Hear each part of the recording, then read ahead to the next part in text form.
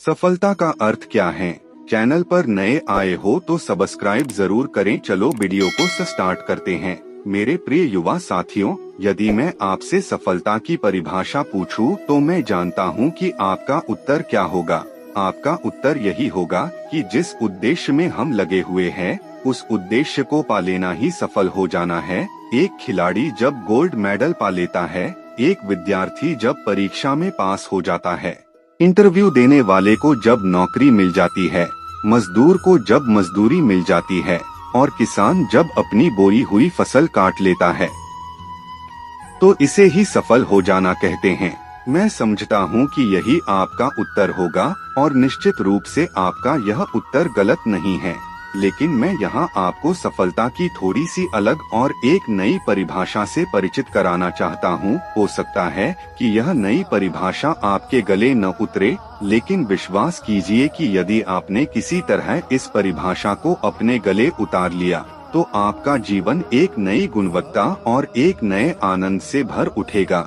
आप एक पेड़ लगाते हैं, जब उसमें फल आने लगते हैं तो इसका मतलब यह हुआ कि आप सफल हो गए। वृक्ष जब फल सहित हो गया तो आपका वृक्ष लगाना सफल हो गया। इसके ठीक विपरीत क्या हम यह भी कह सकते हैं कि यदि वृक्ष में फल नहीं आया, जैसा कि अक्सर पपीतों के साथ हो जाता है, तो आपका वृक्ष लगाना व्यर्थ हो गया, यानी कि आप असफल हो गए। मित्रों, मैं इसी बारे में आपको एक नया विचार देने जा रहा हूँ। इसके लिए आपको मेरे द्वारा दिए गए इन कुछ प्रश्नों के उत्तर देने होंगे।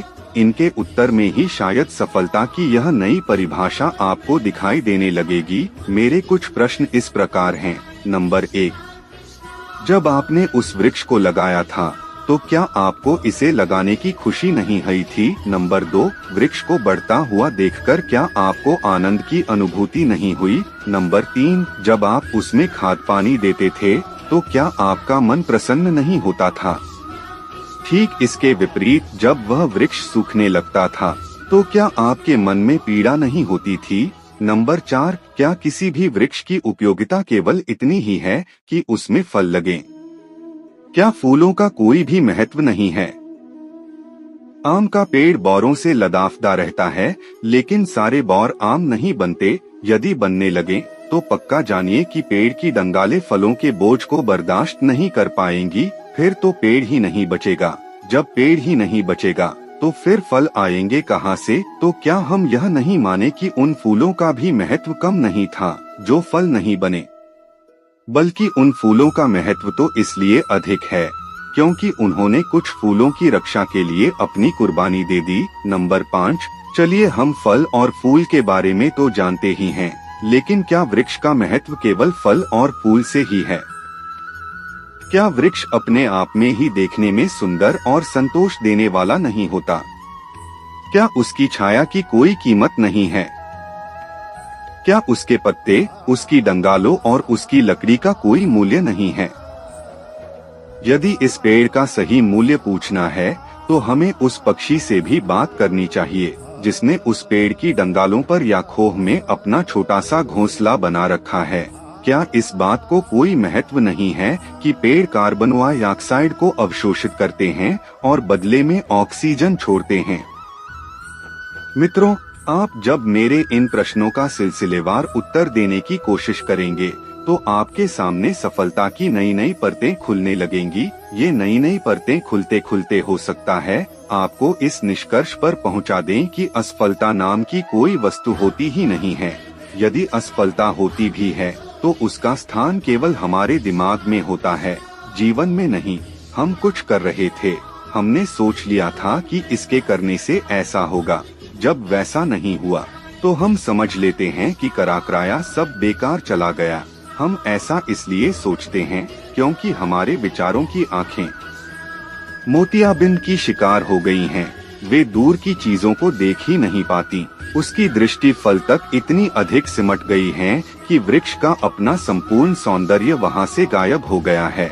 साथियों, सच तो यह है कि सफलता की सच्ची परिभाषा है कर्म में आनंद की प्राप्ति करना। यदि आप काम कर रहे हैं और काम करते हुए आपको अच्छा लग रहा है तो इसका अर्थ यही हुआ कि आप सफल हो गए। आप संगीत इसलिए सुनते हैं क्योंकि आपको संगीत सुनना अच्छा लगता है। आप खुद बताइए कि इस संगीत सुनने के बदले आपको यथार्थ में मिलता क्या है? कोई डिग्री, कोई धन, कोई पुरस्कार, कोई प्रशंसा या इसी तरह की अन्य कोई वस्तु? सच तो यही है कि इस संगीत को सुनने के बदले आप अपनी ओर से ही कुछ न कुछ देते हैं। तो यदि आपको संगीत सुनने के बदले कुछ नहीं मिलता, तो क्या यह आपका असफल हो जाना हुआ? और यदि ऐसा नहीं हुआ, तो इसका मतलब हुआ कि आप सफल हो गए। और आप सफल इसलिए हो गए क्योंकि संगीत सुनने में आपको आनंद आ रहा था। तो यदि कर्म करने में ही आनंद आने लगे, तो क्या वह अपने आप में ही सफलता नहीं बन जाएगी? बन जाएगी। और मेरे प्यारे मित्रों, खूब अच्छी सफलता बन जाएगी। जिस दिन आप सफलता की इस नई परिभाषा को जान लेंगे, उस दिन से आपके जीवन से तनाव, दुख, अवसाद, खीज और निराशा जैसे नकारात्मक भाव आपसे कोसों दूर चले जाएंगे। ऐसा मत समझिए कि मैं कोई कोरे सिद्धांत की बात कर रहा हूँ। ऐसा भी मत समझिए कि मैं आपको चौंकाने के लिए यह बात कह रहा हूँ। मैं यह बात सिर्फ इसलिए कह रहा हूँ क्योंकि यही एकमात्र सच है। दुनिया में जितने भी लोगों ने सफलता के एवरेस्ट को छुआ है, वे ऐसा केवल इसलिए कर सके क्योंकि उन्हें चढ़ाई में ही आनंद आ रहा था।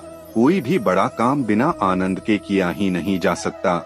आप मेरी इस बात पर तभी विश्वास करेंगे जब आप थोड़ा सा इसका स्वाद चख लेंगे। मैं यह बात दावे के साथ इसलिए कह रहा हूँ क्योंकि मैंने इसका स्वाद चखा है और मैं चाहता हूँ कि आप भी इसका स्वाद चखें। वीडियो अच्छा लगा हो तो वीडियो को लाइक करो। धन्यवाद।